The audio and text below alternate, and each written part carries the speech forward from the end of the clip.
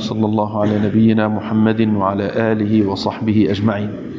O Imam al-Bukhari lhe citou no Sahih, no livro onde fala sobre o capítulo que encurta as orações. Tem o hadith do Amir ibn Rabi'a, companheiro do profeta Muhammad sallallahu alaihi wasallam, que ele é um dos primeiros que entraram no Islã em Meca. Ele foi a segunda pessoa que migrou para Medina depois de Abi Salama. Ele disse: eu vi o profeta Muhammad sallallahu alaihi wasallam rezar orações facultativas à noite em viagem, em cima da sua montaria e em direção que a montaria se dirigia com ele. Esse hadith ele tem uma importância que Amir ibn Rabi'a ele está nos dizendo aqui que o profeta Muhammad sallallahu alaihi wasallam ele rezou algumas orações facultativas na viagem. E os ulama se divergiram aqui em relação às orações nafila, que seriam as facultativas em geral. Os hadith que nós temos, ou que antecederam esse hadith, mostram que o profeta Muhammad sallallahu alaihi wasallam ele rezava as orações da noite em geral. Agora, tem as orações que são após as obrigatórias, que são chamadas orações após as obrigatórias, que o profeta Muhammad sallallahu alaihi wasallam ele rezava elas quando estava em Medina.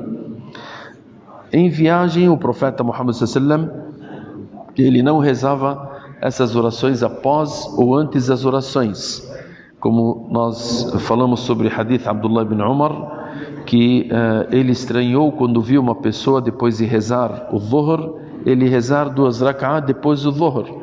E ele disse: o que essas pessoas fazem? E ele disse: é melhor seguirmos os passos do profeta Muhammad sallallahu alaihi wasallam. Aqui os ulama eles disseram: o que nós rezamos então dentre as nafilas, as facultativas na viagem? O que foi citado aqui, tem um hadith no Sahih Muslim que fala que o profeta Muhammad sallallahu alaihi wasallam ele rezava, como o hadith de Abi Qatada, as 2 orações antes do Fajr. As 2 orações facultativas antes do Fajr, ele preservava elas até na viagem.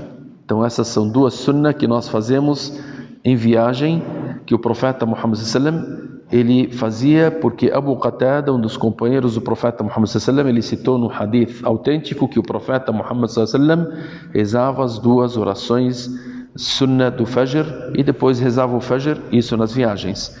E também tem um outro hadith, Al-Bara ibn Azib, ele disse que ele viajou com o profeta Muhammad sallallahu alaihi wasallam em 18 viagens. Ele nunca viu o profeta Muhammad sallallahu alaihi wasallam deixar 2 rak'ah, que seria depois que faz o adhan do Dhuhr, do meio-dia.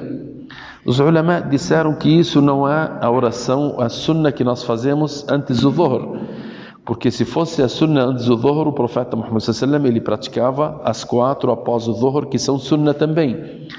Mas essas 2 rak'ah que o profeta Muhammad sallallahu alaihi wasallam rezava são uma sunnah que é a entrada do meio-dia, e não das orações, ou não seria da sunnat al-Dhuhr.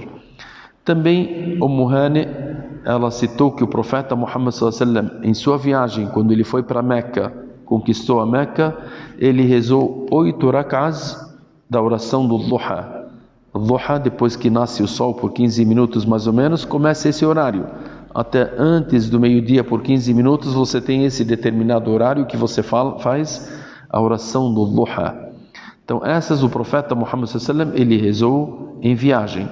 Então em geral nós temos as 2 orações antes do Fajr, que o profeta Muhammad sallallahu alaihi wasallam não deixava em viagem. A oração do Dhuha ele não deixava em viagem. As orações durante as noites ele não deixava em viagem. A oração do Witr também ele não deixava em viagem. E as demais ele deixava em viagem e encurtava as orações que são de 4 orações.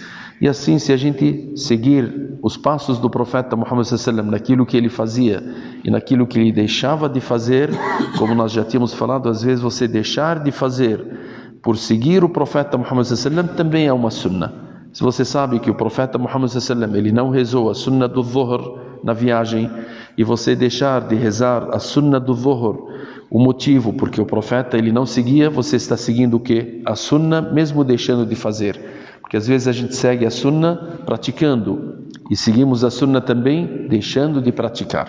Esperamos que Allah subhanahu wa ta'ala nos ensine aquilo que nos beneficia nesse mundo e no outro mundo. Sallallahu ala nabiyyina Muhammad wa ala alihi wa sahbihi ajma'in walhamdulillahi rabbil alamin.